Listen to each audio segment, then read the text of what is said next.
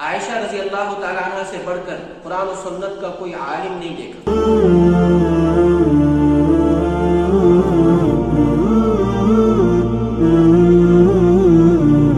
چلو 17 رمضان المبارک سن 57 ہجری میں 63 برس کی عمر میں سانحہ وفات ہوا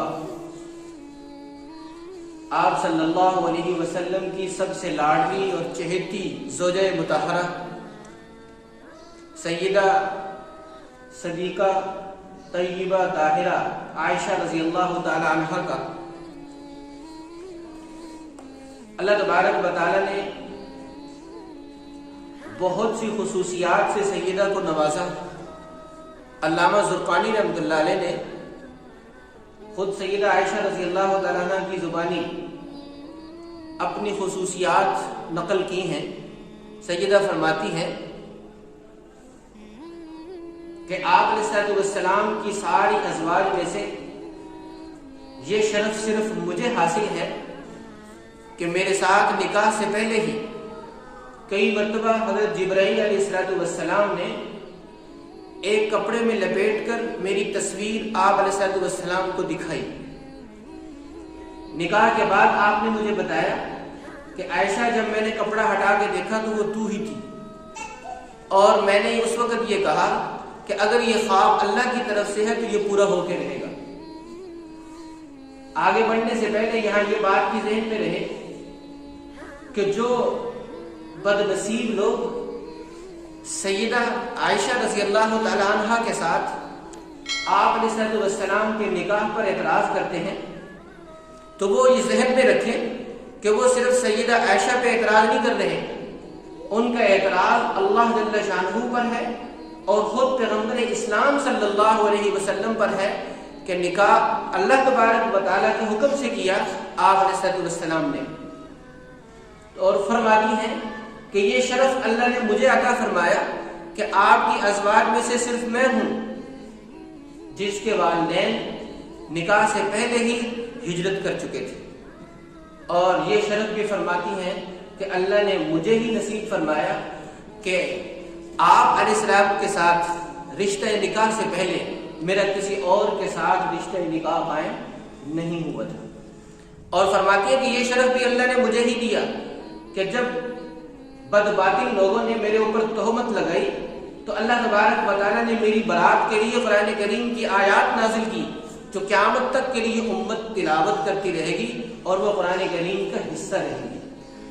اور فرماتی ہے کہ یہ میری ہی خصوصیت ہے کہ انہی آیات میں اللہ تبارک و تعالیٰ نے نبی طیب علیہ السلام کو ایک طیب شوہر قرار دیا اور مجھے ان کے لیے طیبہ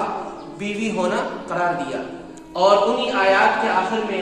اولئک لہم مغفرۃ ورزق کریم فرما کر میرے لیے مغفرت اور رزق کریم کا وعدہ فرمایا۔ اور فرمایا یہ میری بھی خصوصیت ہے کہ آپ علیہ السلام نے حیات طیبہ کا آخری پورا ہفتہ میرے گھر میں گزارا۔ اور فرماتی ہے کہ یہ شرف اللہ نے مجھے ہی عطا کیا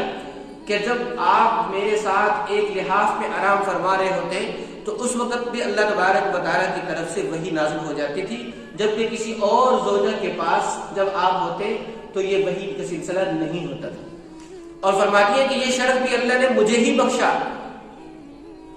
کہ جب آپ کی روح مبارک پرواز کر گئی تو اس وقت میں ہی اپنے سینے سے لگائے بیٹھی تھی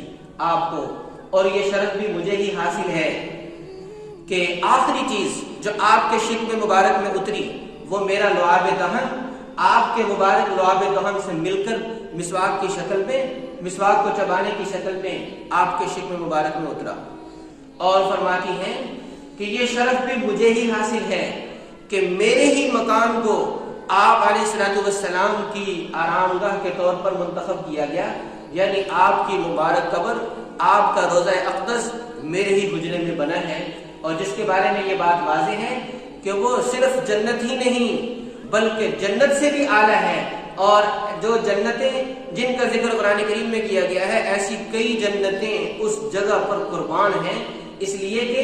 آپ علیہ السلام وہاں بذات خود بنفس نفیس آرام فرما ہے، تو یہ شرف سیدہ عائشہ کو حاصل ہے۔ یہ اور اس جیسی اور بہت سی خصوصیات بن جانب اللہ سیدہ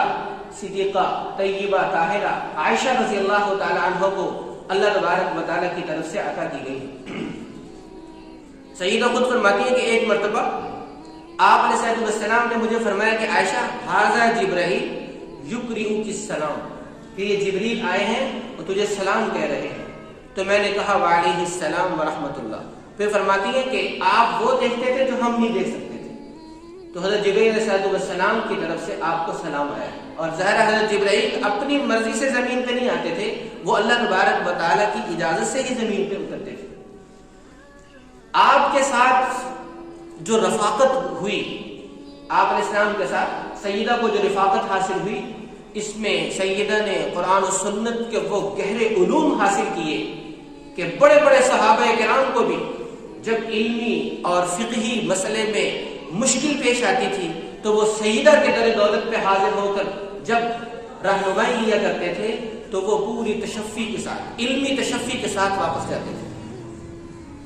چنانچہ حضرت ابو موسیٰ اشعری رضی اللہ تعالیٰ جو فقہا صحابہ میں سے ہیں، وہ فرماتے ہیں کہ ہم نے عائشہ رضی اللہ تعالیٰ عنہ سے بڑھ کر قرآن و سنت کا کوئی عالم نہیں دیکھا، فرائض کا کوئی عالم نہیں دیکھا، حلال و حرام کا کوئی عالم نہیں دیکھا حضرت عائشہ رضی اللہ تعالیٰ عنہ سے بڑھ کر۔ اس کے علاوہ سیدہ کے اندر اللہ تبارک و تعالیٰ نے جو اوصاف رکھے تھے، سخاوت کا،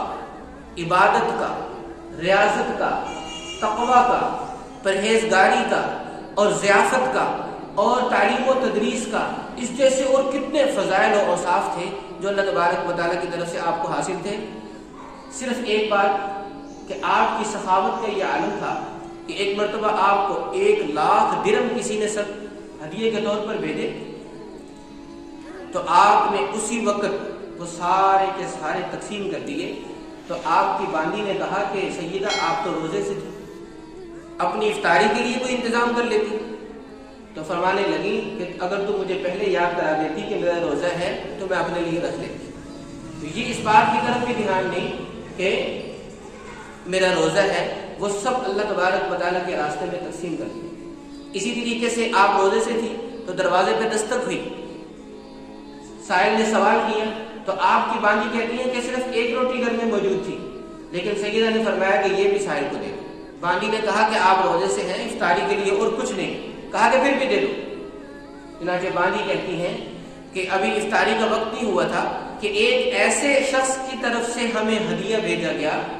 جو کبھی ہمیں ہدیہ نہیں بھیجتا تھا۔ اس نے ہدیے میں ایک سالم بھنی ہوئی بکری اور بہت سی روٹیاں بھیجی۔ تو پھر سیدہ مجھے کہنے لگی کہ لے، یہ اس ایک روٹی کی ٹکیا سے کہیں بہتر ہے۔ دعا ہے کہ اللہ تبارک و تعالی ہمیں سیدہ صدیقہ عائشہ رضی اللہ تعالی عنہا کے نقش قدم پہ چلنے کی توفیق عطا فرمائے۔ وآخر دعوانا الحمدللہ رب العالمین۔